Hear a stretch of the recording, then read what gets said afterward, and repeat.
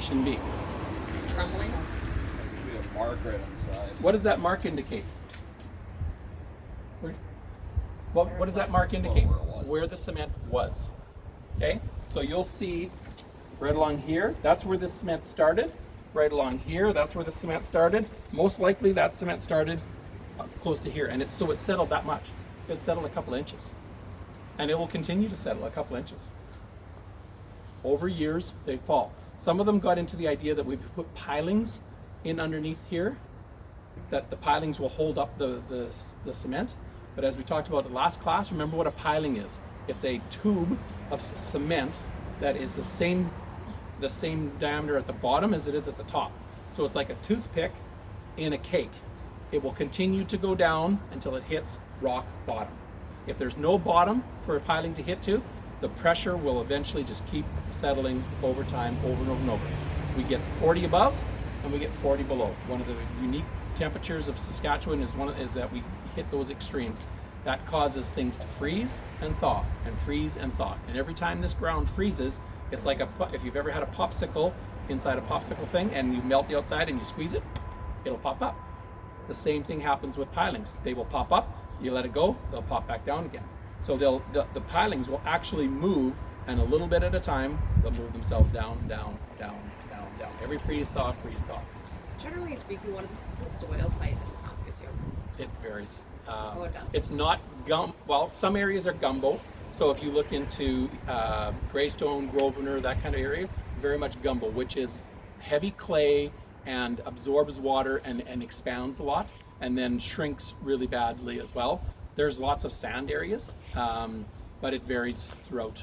Like Regina is traditionally gumbo. Saskatchewan is not have that much, because gumbo, you will get movement in homes like every year. You'll have huge movement swings. Yeah.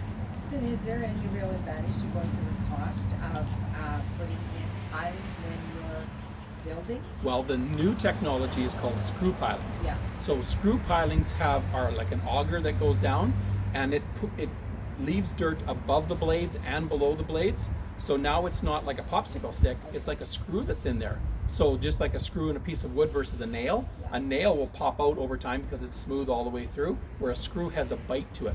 Screw piles going in have that same concept. They have a bite to it and hold it. And so they're finding better success, but screw piles are kind of new in the industry, relatively speaking, 10, 20 years old. So we'll see what happens 20 and 30 years down the road if screw piles hold out as well as the other pilings. But other pilings that they would put in would cost you $150 to $250 per piling to put in, and most of the time they were a total waste of money, as it turns out. Because now I had $350 to $450 depending.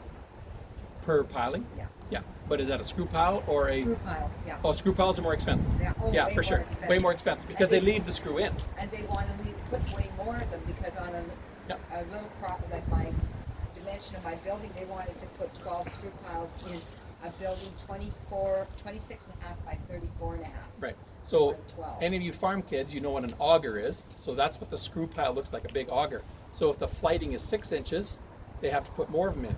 If it's 12 inches, it's less, right? So the bigger the piling flighting, then the less you can have to put in. So there will be some dependency on how big of flightings that they're actually putting into the ground and how deep they're going. But it's basically, it's like an auger. It goes down, then they disconnect it and they leave it there. Right, and then they put whatever they're building on top of that. So it stays in the ground. So yeah, it's definitely more expensive. Our issue was that there was a high water table, and I'm going, well, how can you possibly do this? How many feet are you going to go down? And they couldn't answer. Well, some of them go down 20, 30 feet. Yeah. It's because they go down to a torque value, not to a depth. Yeah. So until the soil gives a certain amount of resistance back to that. And they couldn't give me any idea whatsoever. And they won't know until they actually do it. Yeah. Because it depends if you're in gumbo or if you're in sand. In If you're in sand, you could drill to 50 feet before you get in. Again, like the cake, you got to hit something solid. Yeah. Well, there you have to hit something that has some substance to it. If there's a lake underneath of you, and there's the water levels are under us. It's 7 feet. If it's only 7 feet, you could dig that thing to the middle of the earth. Needless to say, it was not.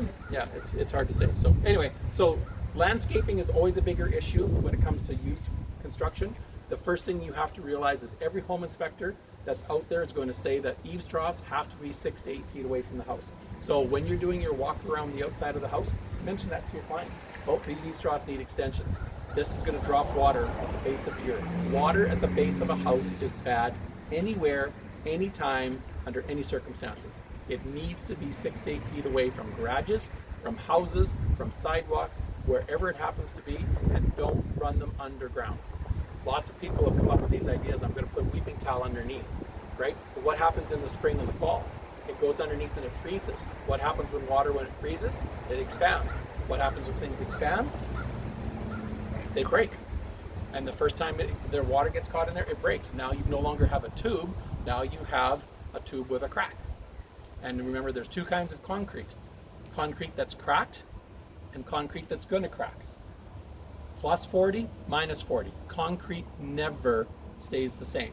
So why do they have these cuts in here? Those are called relief cracks. So that if it breaks, it has the ability to break there instead of making the sidewards. Now, some of the builders are doing what's called floating concrete, where they're just pouring a slab and then independently they're now pouring a second slab. So they would pour each of these individually rather than making it one continuous pour. Again, newer concept, we'll see if it works. I don't know if they got some pilings under there that would help, but what could happen is one could move and the other ones could not. We'll see how that works out. So only time will tell us where we're going to go with that one. Okay, let's go around to the back.